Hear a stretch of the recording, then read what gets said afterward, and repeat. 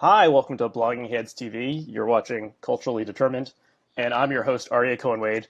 And we have a very special guest today, Carl Diggler. Carl, could you introduce yourself?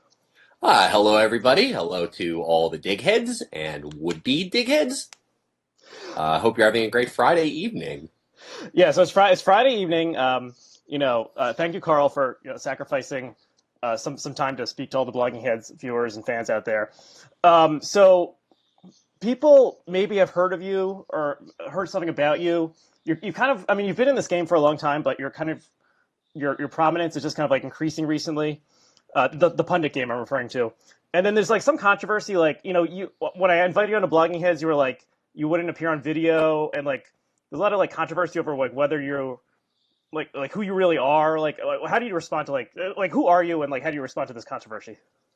Well, I would love to appear on video, but the simple fact is that my Lenovo ThinkPad cannot handle the stress of video chat. As for me, I'm a pretty regular guy who just happens to be right more than anybody. I am a political reporter and pundit who has over 30 years of experience. My career started at the Minnetonka Bugle. In 2002, I wrote the book Thinkocracy, The Rise of the Brainy Congressman. I have been nominated for a Polk Award. And as of the last few months, I am the most accurate election caller in the entire media. Yes, that's really how I first, found out about you really on Twitter, and people were saying, there's this guy out there, and I mean, okay, let's step back for a second. So, like Nate Silver really emerged in 2008. He was basically just a blogger, and he started like calling the primary elections like with startling accuracy. And before, people there was always polls, like your poll averages, but Nate Silver really like broke out, and he gained a lot of attention, and he went to the New York Times, and then they spun it off to his own site, ESPN. It's like this whole giant conglomerate now, like Nate Silver Incorporated. And then and then in this election, you kind of like emerged, and you really started like making these like bold calls, and you were just like shockingly prescient in your calls. And like Silver, you know, was like Silver underestimated Trump from the beginning, like, and has made a lot of refused to make calls in primaries and made a lot of like weird mistakes. And I mean, you know, I think you call him Nate Bronze sometimes because he's not Nate Silver anymore. So I mean, how did this all come about? Well, I've always had my own process for picking these contests. Well, people like Nate Bronze, who is a coward who relies on numbers and hinges his predictions on probabilities, so he can point to saying, oh, well, I said there was a 51% chance of this happening if he turns out to be wrong. I use my gut, and in my 30 years of experience, nothing is stronger than gut. I rely on a blend of racial science, personal assumptions, and anecdotal evidence, and my 88% accuracy rating, including 39 contests that Mr. Silver has refused to call out of cowardice, backs up all of my claims. Right. So you've been making calls on the Republican side and the Democratic side, and you've been making the calls that Silver and a lot of these other people are refusing to make. U.S. Virgin Islands, Guam, the Alaska Caucasus. A lot of these pundits who maybe are a little more well known, they were really they were saying not enough polls, we don't have any data here, we're just going to play it safe. But you just like plunged right in, and so like how do you make these calls? Like how do you decide U.S. Virgin Islands, who it's going to be? Well, you would think for obvious reasons that the 538 gang would call the Virgin Islands, but they did not. Well, for the Virgin Islands, it's a good example. I knew that Hillary had strong roots there. She had won in 2008. She had a lot of connections with former governor Radikeli Loa. Uh, People there think that Bernie Sanders is a Pepe Luau. But these are things that Nate didn't choose to investigate, or none of the 538 gang, like Harry Enton and such. Hmm. They they don't believe in any actual research about the people that are voting. I mean, take for instance what happened in Illinois. Nate Silver, I've talked about it before, but Nate Silver thought that Trump would not fare that well in Cook County. Well, knowing what I know about the Carl Diggler patented white voter racial theory, I Hmm. knew that Donald Trump's racism would trump any other concerns, no pun intended, in Cook County. Okay, so what? So yeah, so you called, you predicted that Trump would win Cook County, and Cook County is the county that Chicago is in, and it's huge. But in the Republican race, usually people aren't paying attention to like these big metros like this. So how did you? What is like the white racial theory? How did you get it? And when Silver got it so wrong. Well, I'll take you to Missouri, where this theory was really put to the test. The Carl Diggler white voter racial theory hinges on two universal truths: that Republican voters, the whites, are split between Ted Cruz and Donald Trump. Now, Cruz voters are very interested in issues about homophobic cake shops, keeping trans people out of bathrooms, and things of that nature. Hmm. And they simply do not have time to be that racist. Whereas with Trump voters, they're worried about the Latino knockout game, Latinos in ISIS, black people in ISIS, Hmm. regular ISIS, and this dictates their votes. Now, in a place like Missouri, you have almost equal ratios of people like that. When you look at Western Missouri, they're more black helicopter types, natural Cruz voters. But if you look at Eastern Missouri, you see a lot of white resentment. So I weighed the two against each other, and as I predicted, Donald Trump came up slightly on top. Yeah, so startling accuracy. I really you came to attention when I think on Super Tuesday, or one of the big early contests, you were like 8 for 8 on both sides. And so, what's your analysis of the Democratic race? I think a lot of people have been surprised. They thought Hillary was going to win this in a cakewalk. How have you forecasted these Democratic races between Sanders and Clinton so accurately? Well, I am a veteran Clinton watcher. I first got on the Clinton trail during Travelgate, which one of the biggest scandals of our modern time, Hmm. and I am very feverishly following Emailgate. But I know that despite Hillary's incredibly well organized machine, she has a lot of weaknesses. One of them being that her surrogates find a way to panic at every moment, and this dictated a lot of my calls. Also, the culture of the modern Democratic Party dictated these calls. The further west you go, it seems that the better that Sanders does. These old cowhands that came from Deadwood type people, they don't have a lot of room to listen to women, and that makes them natural Sanders voters. Hmm. Yeah, so I mean, you've had interesting analysis of kind of like the Bernie Bros and how that's playing into things. I mean, can you talk a little bit about that? Well, I one of my most widely circulated articles was the time where I went undercover in a Bernie Bro harassment ring. Right. There is a lot of talk about, oh, when is Hillary going to jail? How long is she going to serve for emailing Sidney Blumenthal? But we could see a race where both candidates end up going to jail because Bernie is essentially, he is guilty under the RICO Act of organizing a harassment ring. Uh-huh. I cannot even state my opinion on Twitter without people saying things like, fill my hole, dig, I am going to shoot your son Colby out of a cannon. These misanthropic males and females who have had misogyny internalized into them, they are unable to process any criticism of their candidate because his utopian vision of a world with no work speaks exactly to their realities. Hmm. Yeah, I think that's very sharp. There's one person we haven't mentioned yet, John Kasich, and you've kind of coming into this, I think it's kind of strange that Kasich has kind of survived, and actually someone who kind of does similar work to you. The 37th president of the United States, Richard Nixon, who's on Twitter, he's been a big Kasich supporter, throughout this whole thing, and that's President Nixon's candidate has always been Kasich. What is your view on Kasich? Like, does he have a chance? And what do you think he's all about?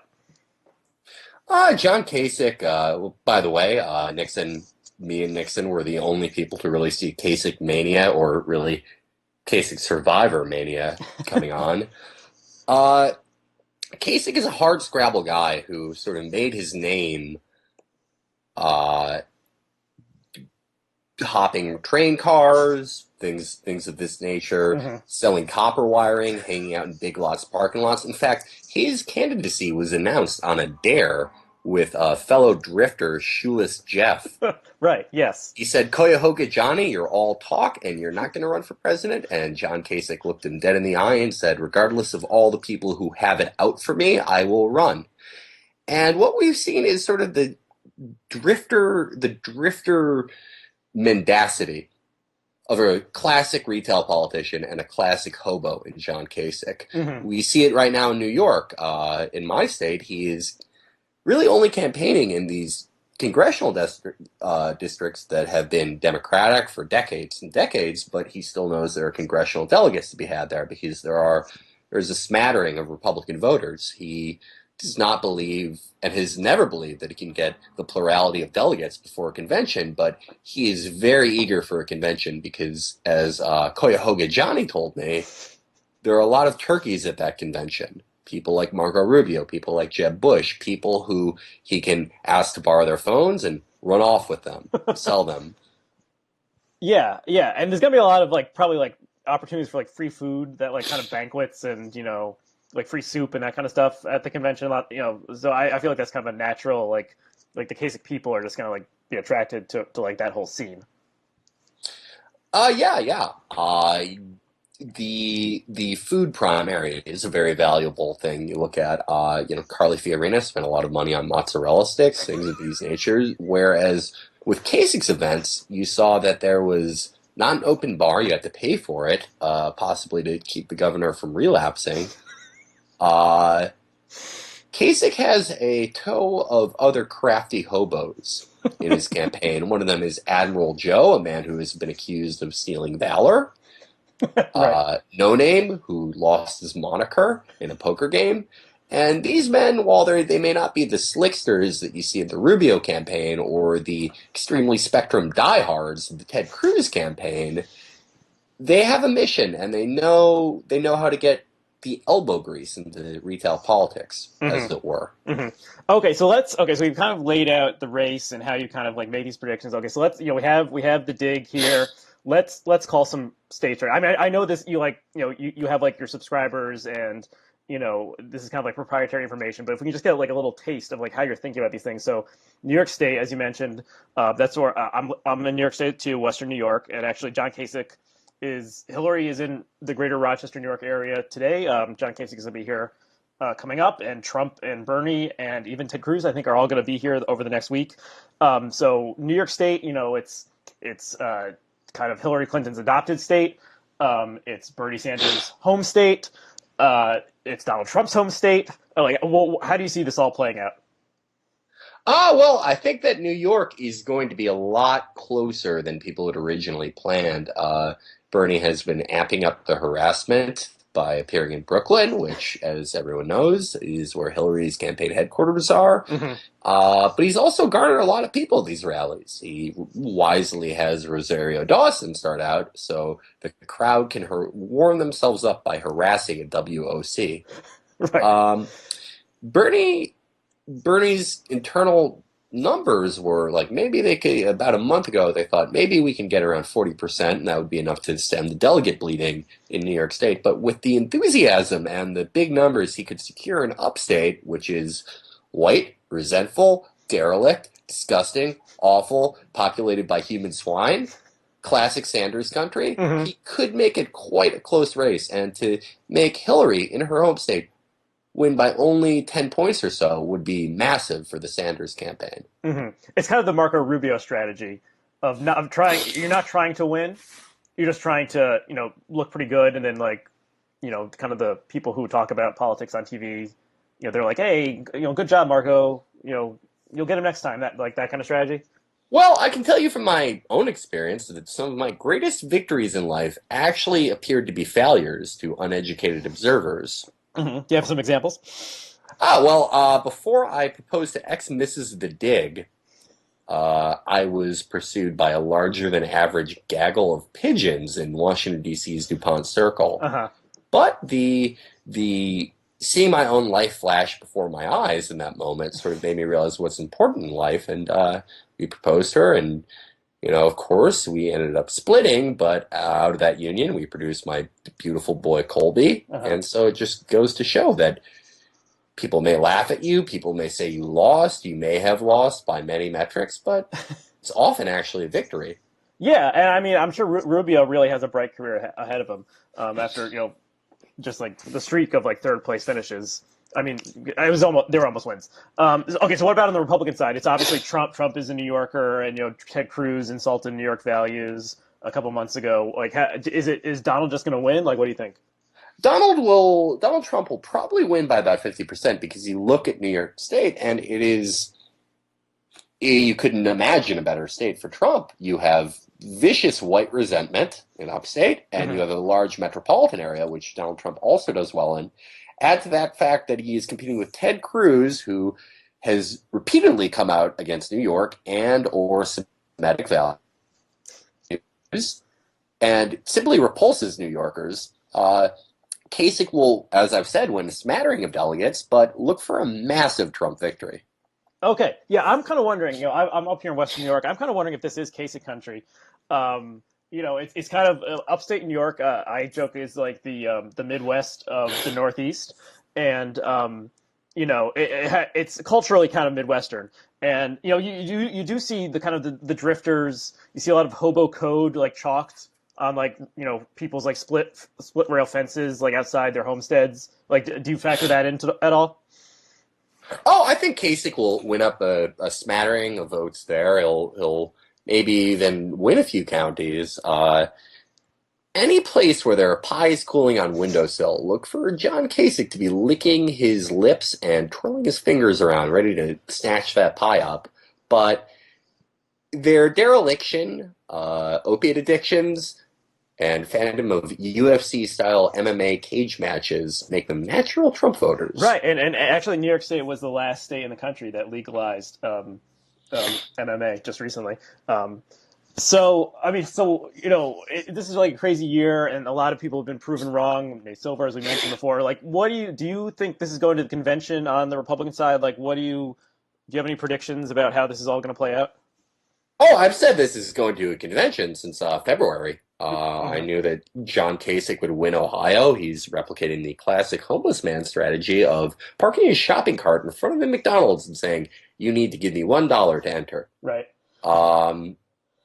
I knew that would split the delegates, and there were a lot of states that were unfavorable to Trump from that point out, most notably Wisconsin, which I've talked about, and Western states who typically vote for Berkshire-aligned candidates and have significant Mormon votes. Now, the Mormons hate Donald Trump and love Ted Cruz. And do you have any explanation for that? Donald Trump has come out and said, "I hate the planet Kolob." It is a big thing with Mormon voters. That was a gaffe. I have to say that was a gaffe. I mean, people are like, "Oh, Trump, you insulted McCain," and like, but when he said that, like, the Seeing Stone that Smith looked through to decode the golden tablets, when he was like, "That's not real," I was like, Utah is just like, there's no way he's going to win it. He should not have done that. And the Mormons also like Ted Cruz because, a little something about the Mormons. They're a very savvy voter bloc. Religious liberty, which is to them the ability of the Church of Latter-day Saints to retain their own policies on property they own, which is a lot of it in places like Utah, North Dakota, etc. It's a very, very big issue. And now you don't have Rubio splitting the Mormon vote anymore. And Mormons also, they see a lot of themselves in Ted Cruz. Now, Mormons, they may literally worship America. They may go to planets after they die. But they are, above all, savvy businessmen.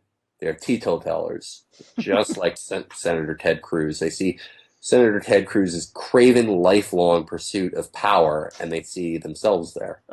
Even though Cruz himself is a Baptist, they recognize universal values when they see them. So, I mean, there's been a lot of, Trump has said, if the nomination is kind of like stolen from him, like, there might be riots. Like, okay, so I'm kind of curious, like, are you gonna be in Cleveland? Like, are you gonna be there? And like, what are you, like, scared? Are you preparing? Like, what do you kind of think is gonna go down, like, outside the convention? As you know, that there's been open carry permitted, possibly for the convention, which will be interesting. Trump, if he can get a big enough delegate lead in New York, there's no reason to believe that he wouldn't be able to win a first ballot. But if it goes to a second ballot, look for them to try to take it from him. Hmm. Uh, Look for Kasich to either swindle somebody out of their delegates, such as Ted Cruz, by saying, look over there and taking his delegates, Hmm. or for Kasich to sell his delegates. He's been known to do this. And Rubio's still in play. He's holding on to his delegates. Yeah. But we have a strong possibility of Republicans picking a respected moderate like John Huntsman Sr., not Jr., Right. uh, Is he? Alan Did Case. he go off to Kolob yet? I'm actually. I don't No, know the Huntsman family. he's still of this earth. Okay. Well, I wish him good health. Okay, so you think there might there's a dark horse possibility here? Someone, I mean, Paul Ryan has been one. People are, he kind of like parachuted in and became Speaker of the House. What do you think about Paul Ryan? Oh, Paul Ryan would be a great candidate, but if anything, he's too brainy for most people. You listen to Paul Ryan talk about his genius policies, such as completely phasing out retirement age, uh, making welfare illegal, and deporting poor people to the Pacific Ocean garbage barge. And you think, well, these are very high-minded policy solutions, but do they really play with the smartphone and viral meme added populace that now votes? Right. Yeah. I think Paul Ryan is really, he's kind of like a pure figure, and he really is just trying to like do the right thing. And yeah, maybe like he can't really get his hands like dirty enough to really survive in this kind of like rough and tumble, like kind of sad like political culture that has developed in this country. Okay, so I just want to talk a little bit about your influences. People like Ron Fournier, if that's his name, Fournier. Tim Russer, these kind of people. Like who, when you were coming up, actually I was it's kind of an interesting question. I was actually at this conference this past weekend, and Gay Talese was on stage, and a woman asked him, who were the women who inspired you, and he couldn't name anyone. It kind of like went viral and became like it was in the New York Times today. So I mean, I'll ask you that question: like, who were the women who inspired you when you were like a young journalist? Katharine Graham. You cannot. You need look no further than Katharine Graham, an icon in journalism, but Hmm. also Barbara Walters. I think I have a little Barbara Walters in me. Hmm. You can see the influence. Most people talk in very abstract concepts such as policy or numbers, but I want to get to the core of what makes a person them. Yeah, yeah, and yeah, that makes a lot of sense to me. And she famously asked someone, what if you were what kind of tree, if you were a tree, what kind of tree would you be? And I feel like that's kind of like the kind of like deep like metaphoric analysis like you've brought like back to this election. It's kind of like an older style of like political analysis. Like the Moneyball people are like, oh, it's all I'll put it into my spreadsheet and like it'll spit out like a number, and then I'll put in my calculator and like turn it upside down, and like it says the name of whoever's gonna win. And like you're like about the heart and the gut, and you've really like shown that this is what really matters in like politics and political analysis. At the end of the day, every single person in politics is a human being. They may not look like it in cases such as Ted Cruz. Right. They may not behave like anyone that you've ever met in the cases of John Kasich. They may have pathological hatred of women, such as Senator Bernie Sanders, but they are still people. They have weaknesses, strengths, likes, dislikes, things that make them them. And to get the key to how they're going to perform, what they're going to say, how they will react to certain things, what states they'll win, what states they'll lose, you have to figure out who they are as people. And you have to figure out who the voters are as people. Hmm. Yeah, I think you've done that. I mean, you're crisscrossing the country, and go into like like I said, American Samoa and Guam and all these crazy places, and getting Dig Nation reporting back. We're probably at about the end of our time. I think there's going to be like a second part of this that maybe will appear immediately after. We're going to talk to someone else. Anything else you want to say? Like finally, like wrap up, talk to like Blogging Heads Nation or all the dig heads out there. Just keep writing in the mailbag. Keep following. Follow Carl_Diggler at Twitter. And the streets are live out there. Right. Okay. Thank you, Blogging Heads fans. I would say stay tuned. More is going to come. But thanks, Carl. We're going to talk to someone else in a minute, and see you in a minute. Goodbye, everybody. Hi, welcome back, everyone. So this is kind of part two of this unusual Blogging Heads episode. So you may have caught wind pretty quickly that this is not an actual human I was speaking to, but a strange character created by two humor writers, one of whom I have with me, and it's Felix Biederman. Felix, can you introduce yourself, who you really are? Hey, everybody. Well, first of all, I want to say that I don't appreciate erasing Carl Diggler's humanity. But anyway, my name is Felix Biederman. I'm one half of the team that writes The Dig, the other being Virgil, Texas, who many of you probably know. We write for cafe.com. It's where we do Carl Diggler. And you can also find us other places. Right. Okay. So you came to my attention because you started making these calls, and your calls, like we said. So that the facts that I was playing it mostly straight in this previous conversation. You made a bunch of calls, the kind of the Nate Silver type calls, and then you were like beating Silver, Silver with all of his kind of like sabermetric style analysis of politics.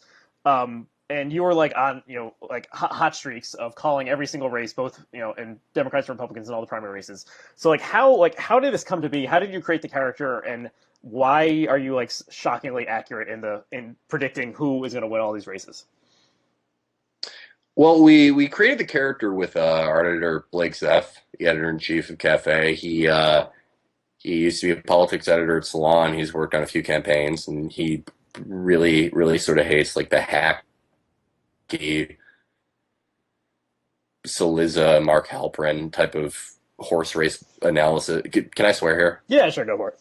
Like sort of horse racy bullshit type stuff. And he wanted to create a character that would make fun of that. And he knew me and Virgil through somebody else, and we all created this character together. But because no one in the world wants to reach like a straight parody of Mark Halperin every single day, we made this. We made him a really weird, fleshed out character with this whole backstory, this whole coherent personality, even if it is a really bizarre one.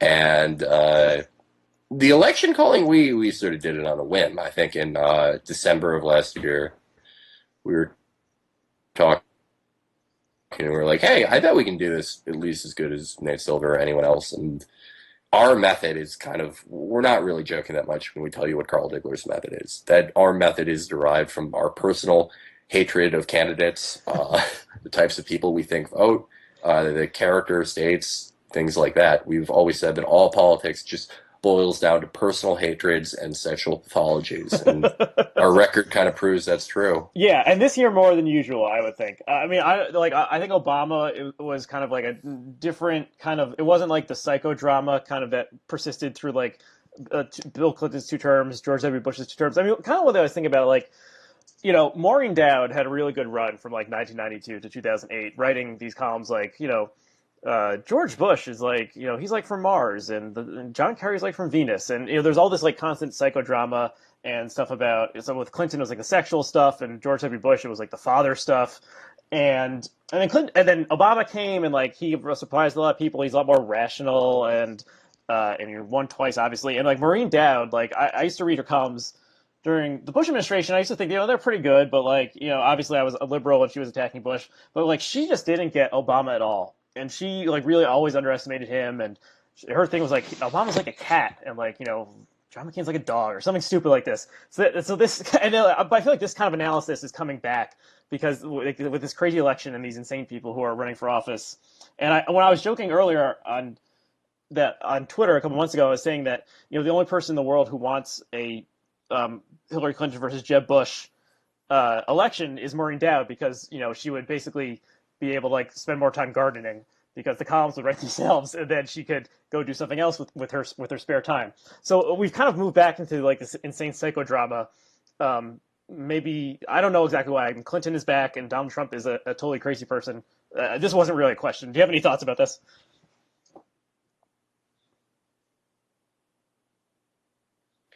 Well, it's an interesting way to put it. I think that sort of pundit class, like the higher media class of people, they fall apart when it comes time for psychologically analyzing people. You can't really psychologically analyze someone you've never met. It's stupid. Stupid. You can't. Only people who watch 1 hour crime dramas and go, oh, wow, that serial killer has a definite case of psychology, are the only people that think they can do that. But you can So that's, that's the conceit of that idea. Maureen Dow doesn't know anything about psychology, and even if she did, she would know that she can't just diagnose these people by watching them on TV and selected sound bites, but Hmm. you can sort of figure out what kind of people they are. And I think there probably really aren't that type of many different types of people in the world. There are variations, but you get a basic type. Like Donald Trump is kind of like a bully type, like charismatic bully type guy. Ted Cruz is like an annoying debate nerd type guy. John Right. Kasich is somebody's dorky dad. Bernie Sanders is your incredibly earnest Jewish grandfather, and Hillary Clinton is a sociopath. Okay. So you can figure it out, but I think I think where this race is weird, and I've never seen a race that the general media has failed as much as this race, Hmm. and that's really saying something because they've really screwed up just in my lifetime alone. Yeah. They failed because they can't understand voters. They can't. They don't know anyone who isn't like them. They never leave Washington D.C. and they never leave Manhattan and they never leave their part of Brooklyn. They don't. Hmm. You see these people talk sneeringly about the Iowa caucuses. Okay, yeah, the Iowa caucuses, they're stupid. We shouldn't have them. Why are they the first in the nation? That's dumb. I agree. Hmm. But when you see these people talk about them, they're like, oh, these stupid corn eating, subhuman, opiate addled. I read this awful Stephen March essay about going to Iowa. This is the dumbest goddamn thing I've ever read in my life. It was this guy from Canada complaining about how white Iowa is.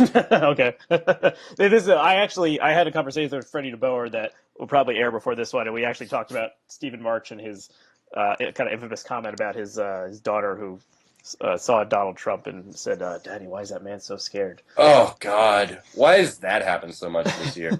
Yeah, Pundits inventing things that their kids say. Even yeah, if they did say them, who gives a shit? Kids are like, they don't know anything. They only know what you've shown them. yeah. Why are you showing your kid politics anyway? They probably want to watch cartoons. Yeah. It's kind of it's like Christ. taking virtue signaling to like the even like small child, the small innocent child can really like have a deep insight into what's going on. Okay, so It's also, I'm sorry, go ahead. I'm complaining about this, but I mean, look, conservatives say things like that's liberal bullshit a lot. And a lot of times what they mean is like, it's liberal bullshit, not to be racist or to just any value that you think you should have. But that is liberal bullshit, like the innocence of children. Children are pricks. They're like animals. I love children. I have several young cousins, but I know that they're like kind of vicious Yeah. because you learn human empathy and things like that as you grow older, or you don't. But to think that they're these pure beacons, like, oh my God, get out of here. Okay, so what you said earlier, I see like a possible contradiction here, and I want you to see if you see a contradiction or explain it. So you're saying that the pundits, they have like these stereotypes of the real Americans out there, but they don't really know them, and so they get things wrong. But then the character that you've created is like the ultimate pundit, know nothing. But like the predictions you guys are coming up with have proved more accurate than Nate Silver. So what like is there a contradiction here, or how do you reconcile this? I don't think I think it's less of contradiction, more to like a central conceit of the Carl universe. If there's any running theme in the Carl Diggler universe, it's that everyone in the world is an idiot, kind of, in their own way. And that's why Carl is so accurate. He gets things totally right for the complete wrong reasons. Okay. Uh, it's, I mean, yeah, it is a contradiction, but there is a lot of comedy in contradiction, I think. For Carl called, he called Oklahoma, and Carl's reason for calling Oklahoma for Sanders was that there are only like 10,000 Democrats in Oklahoma, and they're all 19-year-old kids who wear Vans and are still on MySpace, and they vote for who Conor Oberst tells them to vote for. That's Okay. obviously not the reason. There's a whole political history with Western liberalism and how socialism was seen in Western states versus other parts of America. Hmm. But he's also right. He's also completely right. He did kick the shit out of Nate Silver there again. Right. So, I mean, what is your personal view of Silver actually? So, there's kind of like this one-sided like fake war between the Carl Twitter account and Nate Bronze, and you guys kind of trolled. I think for a while there, you were trolling Harry Enton, this other guy who writes for 538, and he didn't really realize what was going on. What do you actually think about Nate Silver and his whole project? I don't think completely lowly of him. I mean, he's a guy who does a job. He got really good in like kind of an easy election year in 2008 by putting basic statistical analysis next to things and going, oh wow, look what happens. Hmm. Math isn't magic, but it's fun when someone does it right, I guess. Uh-huh. But I know Virgil seems to hate him more than I do. I don't hate him at all, but Okay. he has dumb assumptions. It's stupid. This year especially, it's stupid to use. So his model, right? It relies on historical outcomes. Well, that doesn't make sense for this year. Sometimes, as history wants to do, it changes. Yeah. The present deviates from history. Hmm. Yeah, I mean, what I think a lot of people like Silver and a lot of people like him, what they didn't understand, and it's weird because I read Silver's book, and he's a very smart guy. He understands statistics. He did like sabermetrics, and a lot of statistical analysis like in a professional life. So he's obviously knows what he's doing in that realm. But like, there's just not like the sample size is so small because the modern presidential primary process only came about like in like 72 or 76, and there's incumbency, and so and like the vice president, if after a 2-year term the vice president usually gets it, so there's really not a huge sample size. I think people really over extrapolated, thinking like, oh, because it was this way in the past, it just has to be this way in the future, but it doesn't have to be that way. Like weird things happen in human history because humans are insane, and you Mhm. can't predict the future. Or Yeah, no, I maybe Carl mean, Diggler can predict the future. only Carl Diggler can predict the future. But look, I mean, God, it reminds me of what really pro-Clinton writers say about Sanders. They go, well, I was around for George McGovern. And it's like, who gives a shit? That was over 40 years ago. Yeah. 90% of the electorate was white. Every other single goddamn person in the country was, it's a beautiful, beautiful animal. But Yeah, just my cat sneaking in. I'm doing this in my room because my cats bother me. My cats, my roommate Amber's cats. I do not own them, but oh yeah, back to McGovern. Okay, yeah, it's a dumb analogy because 90% of the electorate was white. The Cold War was still going on, and to steal a joke from my friend Matt Chrisman, every other person in the country was Archie Bunker. Right. Doesn't make sense. You can't do historical analysis and then not adjust for changes. Hmm.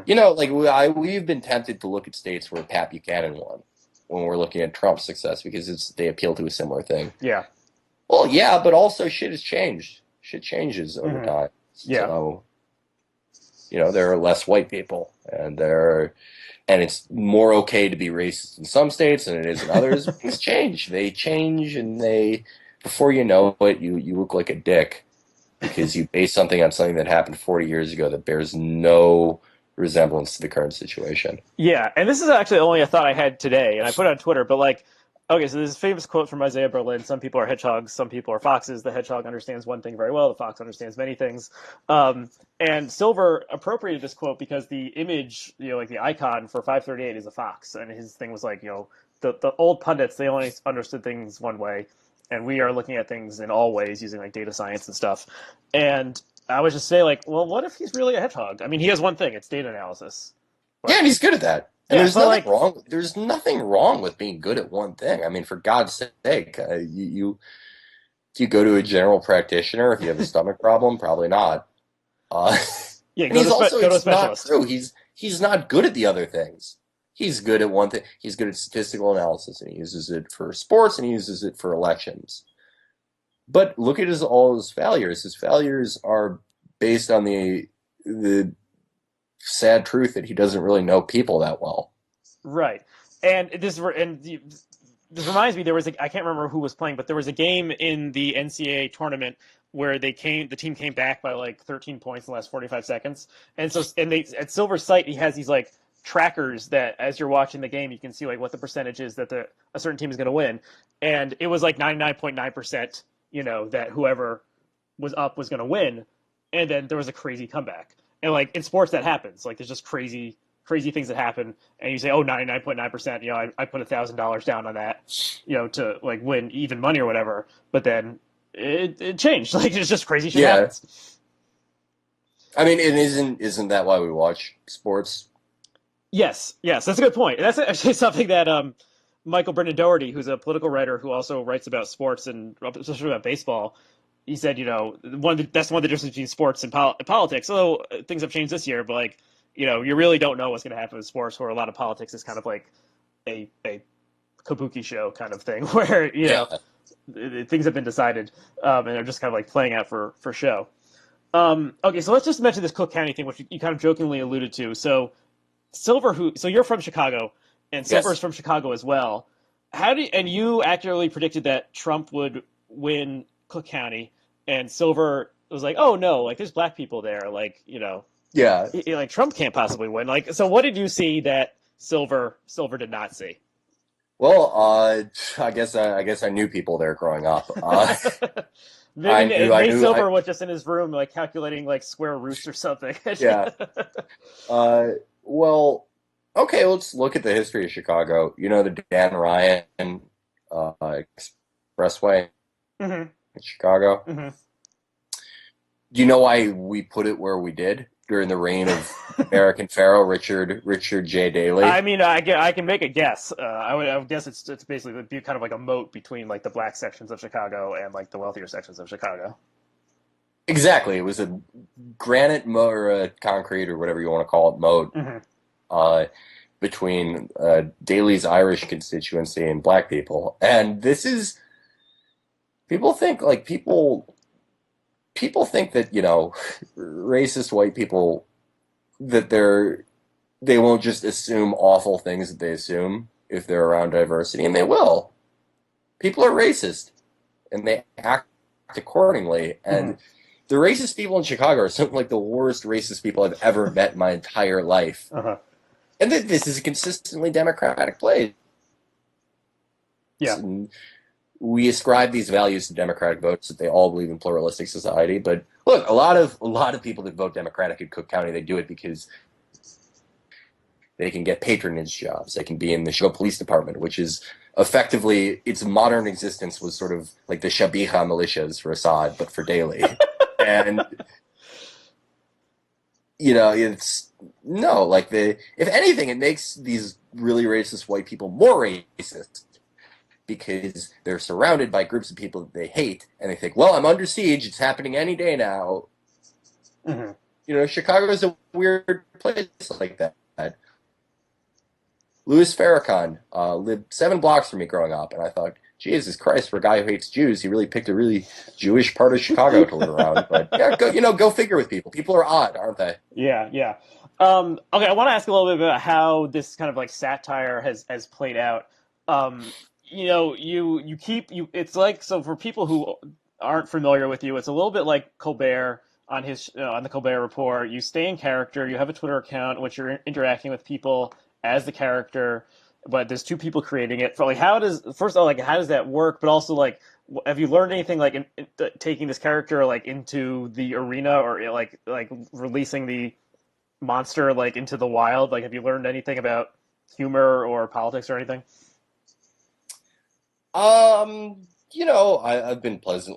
We've both been pleasantly surprised in some cases where, we obviously we're biased, but we think we're doing really weird out there shit with Carl Diggler. And,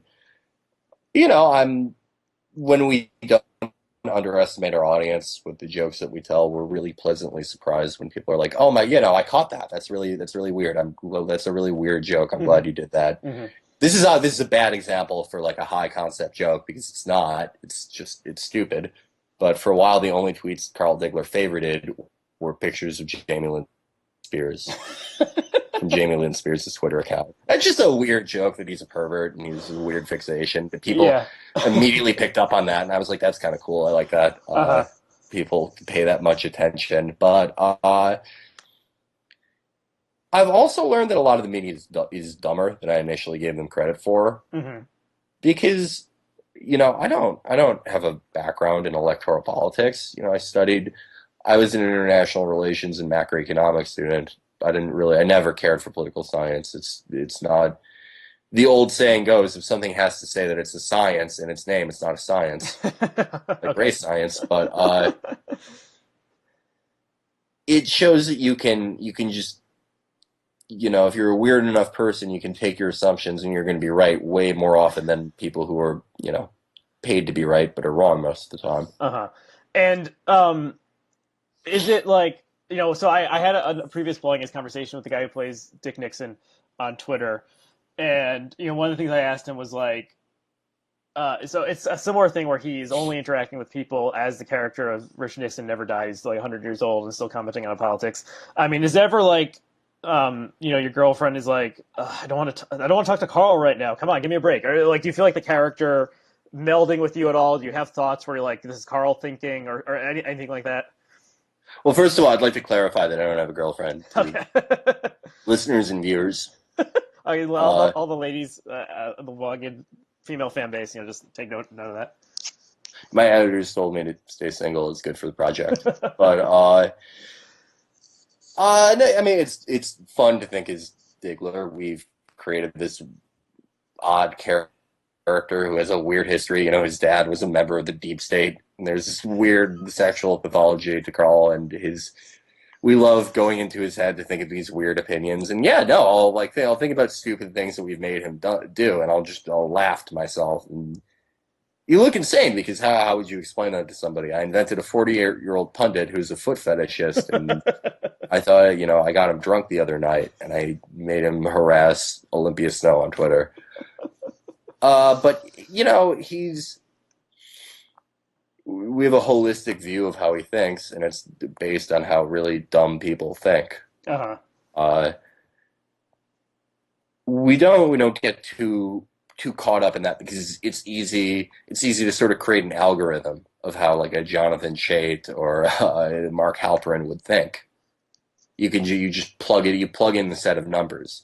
What are the numbers? It's people protesting against Trump. What is the outcome if you run it through this guy's head? Actually, they're both wrong. Right.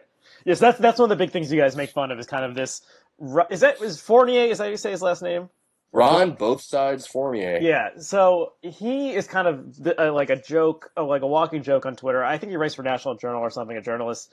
And he's always like he always wants to split the difference and blame both sides and say like oh, we just need to come together, kind of like Simpson bowls, like coming together to like cut Social Security. It's this kind of like centrist pundit, like a pox on both your houses kind of thing, and that's what like the perspective that Carl embodies, and you guys have really satirized it pretty brilliantly. Have you had Yeah, any interactions with Fournier through the character? quite a few. Ron Fournier is not a smart man. He's I don't think he would tell you he's a smart man either. But he's not. What has he said to Carl? He said things to Carl like, "I always respect your opinion. I would like you to respect mine." Do you think he knows what's going on or not? I would hope for his sake that he knows at this point. Uh huh. Okay, so this is just one. So just a data point to bring into this, and I guess I would ask you about this too. So I will link to it, just a self plug. I published a piece that we ran in the New Yorker humor section, and it was about Trump. It was like Shakespeare's soliloquies rewritten as if Trump was saying them, and so the New Yorker posted it on their Facebook feed, and I was like excited. I was like, oh, what the comments going to be? And it was just insane stuff. So half the people were like, Trump didn't say that. Stop lying about him. Like the media does it again. Like Trump would never say that. Hmm. And then the quote they used in the pull quote was this like joke about like Romeo and Juliet and like Melania and Hillary. And so like half the people were like attacking Melania and the other half were just like attacking Hillary. Like there was like no, and then maybe like 10% were like, oh, this is pretty funny. But it was just like insanity. Like the cavalcade of humanity that's insane was like just coming out and saying things under their real name on Facebook. And this is a very obvious satire. This is not like a subtle satire. It's very obvious that this is Donald Trump saying to be or not to be. So like how, and you're fooling a lot of people, including people who think they are, with it journalists. Like, what do you make of this? Um, I mean, it's sometimes I think we're pretty subtle. We were subtle in our article about the Trump protests, things like that. We were subtle when we made fun of the like Aaron Sorkin writing.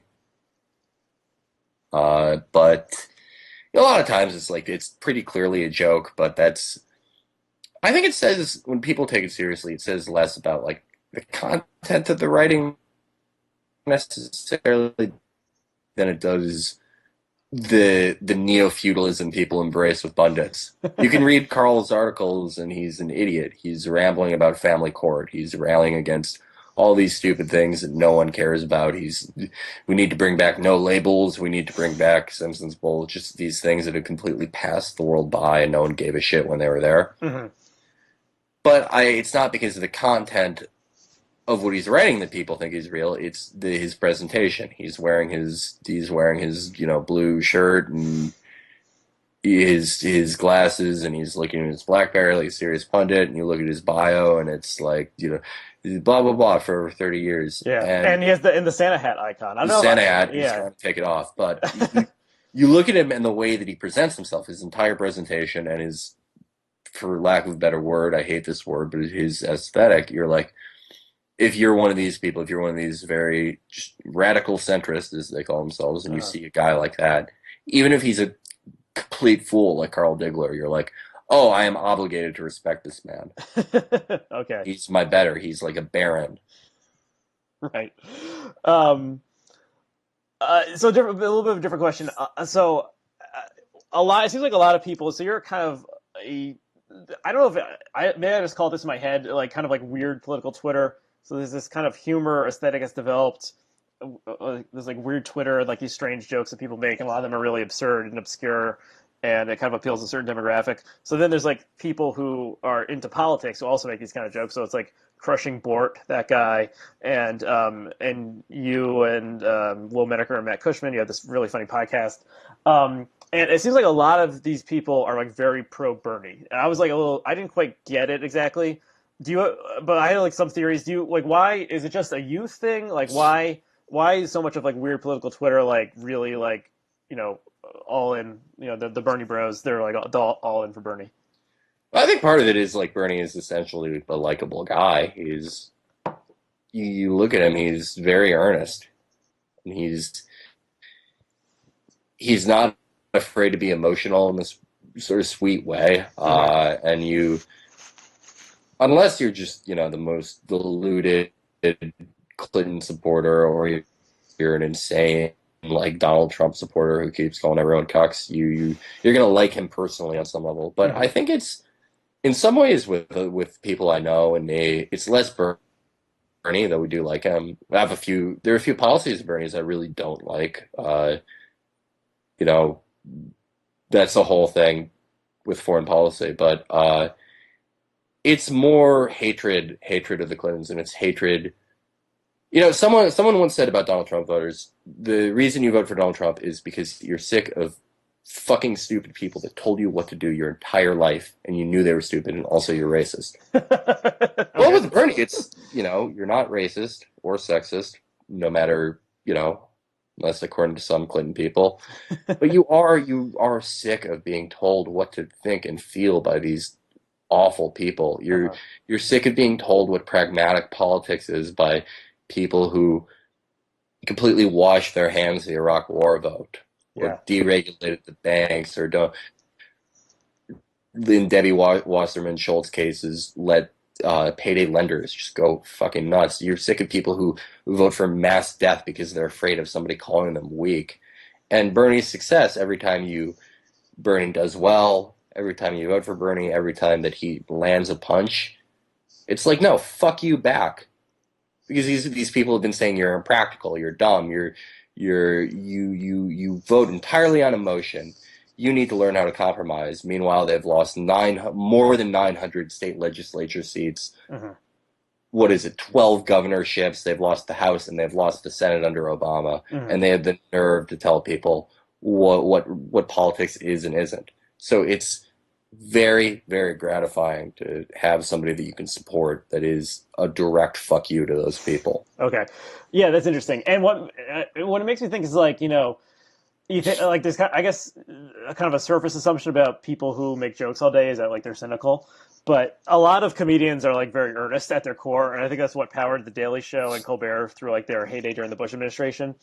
And it was like they actually did believe in things, and it was a contrast to the Beltway class where they really didn't believe in anything besides like their status and their paycheck, and that's they just bought like the Bush administration bullshit hook, line, and sinker. And when I think a lot of people have been like mocking this idea that like if Jon Stewart was still around, like the election would be different, and I don't exactly think that, but like um just like the comedians. So just to bring this back to Shakespeare, like the fool in Shakespeare can tell. He's the only one who tells King Lear, like, you're messing this up. You shouldn't be splitting up your kingdom. And like the fool, even though he's speaking this bizarre way, this fool is the only one who tells the truth. And that was like the medieval evolution of the fool was the person who could insult the king and tell him he was wrong, but he couldn't be punished. And so like sometimes this is like it's like the modern version of this. Like you guys have through your predictions, which people can go back and look at. They've been shockingly accurate. Like you have shown up the the pundit class, and it's like the modern day Shakespearean clown who is the one who points out what's really going on, while everyone else is just acting out their like craziness. Yeah, no, I think there's something to it. And you were talking about like people that I know on Twitter who they're Bernie supporters, but there is like a real earnestness behind them. They do want a better world for a lot of people. Whether you agree or not on the policies, people I think can recognize that earnestness, that they're not just misanthropes. They are legitimately interested in a better outcome for a lot more people. But the predictions are part of that. But I think with other people, a lot of times the jokes are vulgar. But it's I think that's a better way of hearing hard truth. Some of the jokes that people tell, because reality is vulgar. Right. We love this word in America, inappropriate. When Bernie Sanders said that Hillary Clinton's support for the Iraq War is disqualifying, people said that is totally inappropriate for somebody, a candidate to say that another candidate is unqualified. Did you forget what Hillary ever said about Obama in 2008? But yeah, inappropriate. Like we see that as inappropriate, but what is the reality of the issue they're talking about? We're talking about 500,000 dead people in Iraq. This Islamic State that was created in the shadows of de-Baathification and the resentment of Sunnis who are stupid colonial authorities had no idea what to do with. We live in a vulgar world. We send these robots over to go bomb people in Yemen, to the point where Yemeni children are afraid when they see clear skies, because that means that fire is coming down to kill them. We kick single mothers off of welfare. Well, pundits who make $180,000 a year to be wrong all the goddamn time talk about personal responsibility. It's a disgusting world, and we don't allow ourselves to accept that we do allow ourselves to accept that to be vulgar under the guise of, oh, well, that's the real world. When you get to the real world, you'll learn that nothing works and everything is poisonous. But we don't allow vulgarity in language. But I think vulgarity in language is the only way that you can properly address those things a lot of the time. Yeah, and I honestly do think that like Colbert's White House Correspondents' Dinner speech was like kind of a turning point. It was the "Emperor has no clothes" moment, and the Bush administration had even more obvious fuck ups like in the second term than it did in the first. Though having the worst terrorist attack in U.S. history was obviously a giant government failure. Yeah. But like it kind of it did like I don't know, like it did do something, I think, honestly. And like I remember whenever that was, like 2006 or 2007, just being like, wow, someone like he was right there. He was right next to Bush, and he used his wit to call out the bullshit. And I don't know. The comedian has an important role, I would say, in society. I agree. That was a hugely important role. It was very, very good that he did that, because And I was 11 when September 11th happened, but I remember when Bush got on TV and just stumbled through an approximation of words that sort of sounded like a sentence. He said, "We need to go out and go shopping, and we're going to kill all these people." Right. And just all these, I grew up in Chicago. Even these Democrats were like, "Oh my God, did you see Bush last night? It was like Churchill. It was amazing." Well, first of all, Churchill wasn't even like Churchill, but second of all, he sounded like a goddamn idiot, like he always did. Not that I think that other people would have been better. That's a whole other thing. But there was like this spell over this country that you have to respect the office of the presidency. Mhm. What a load of shit. Say that in any other country on earth. British people hate their leaders. Even people in Norway probably hate their leaders. But it was, people called it fascism. It's not fascism at all.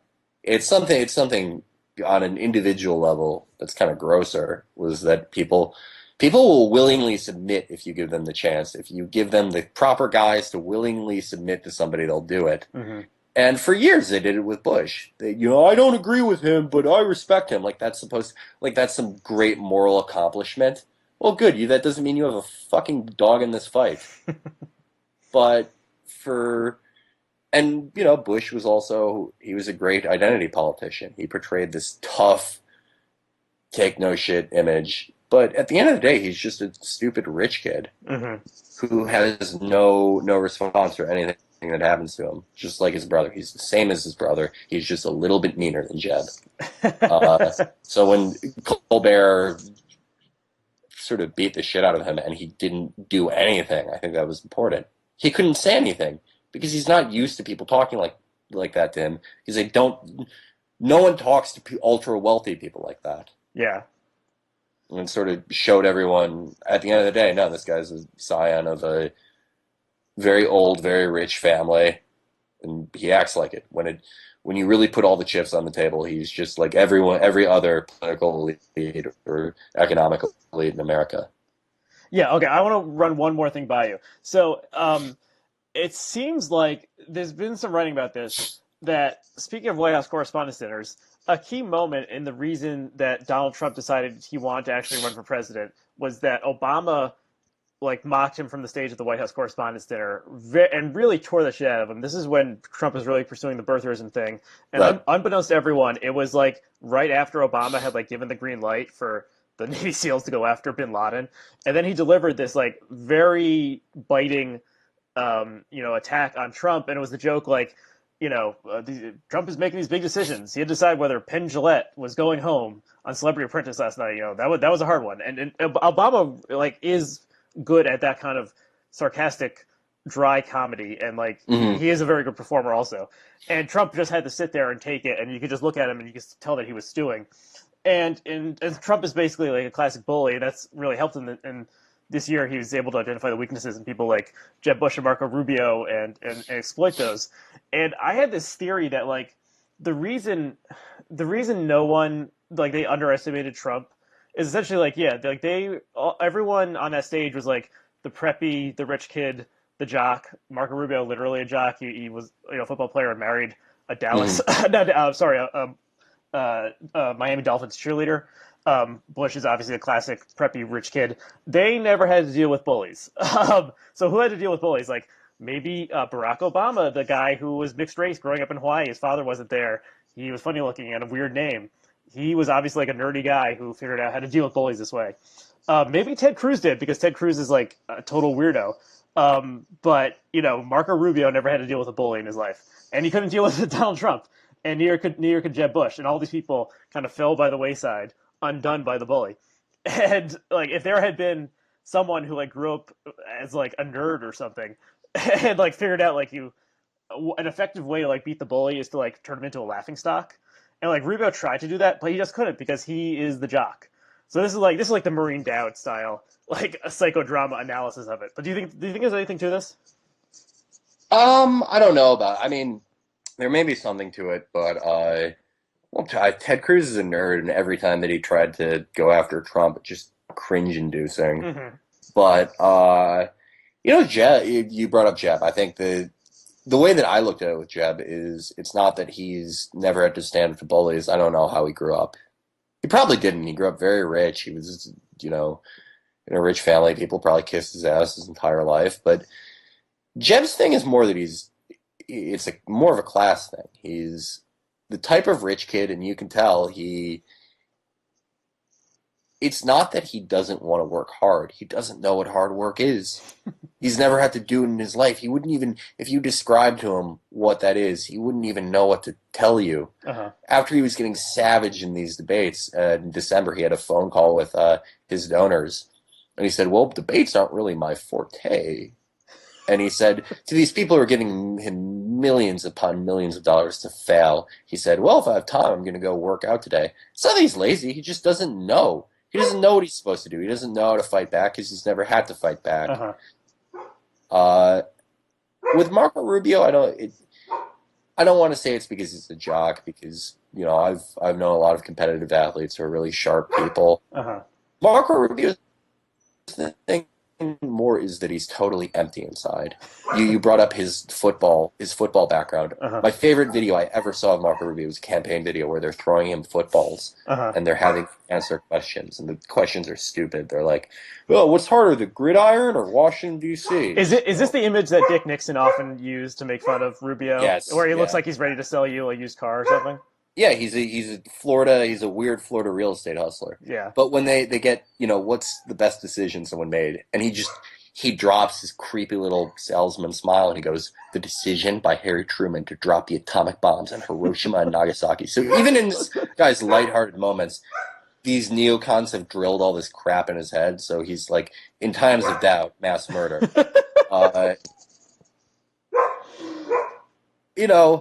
I'm doing what I criticize. I'm doing psychological analysis of people that I haven't met formally.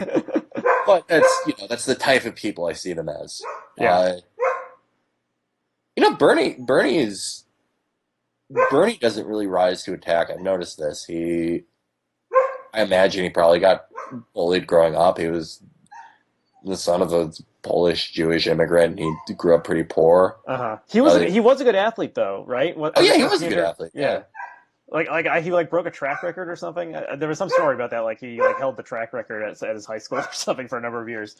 I think the psychology of it, the weird, kind of the weirdness of his campaign has made it so that people haven't gone deep into his psychology in the way they have to a lot of these other people. Jewish grandpa, friendly Jewish grandpa seems to be his type. Okay, well, I think this has been fascinating. Hopefully, it all makes sense to people who are confused and bewildered by the first half of this conversation. Is there anything else you want to say before we sign off? No, just thank you for having me. Also follow Virgil Texas on Twitter. He is the other half of this team. We'll link to the Carl Diggler account and the and your own Twitter account and the archive of Carl Diggler, the Carl Diggler oeuvre on cafe.com. Are you planning, after the election is over, is the character going to live on? I think so. People seem to really like him. We have, that's a while off. We have no idea what's going to happen with things, but I try not to look. We try not to look that far ahead, but probably, yeah. Okay, cool.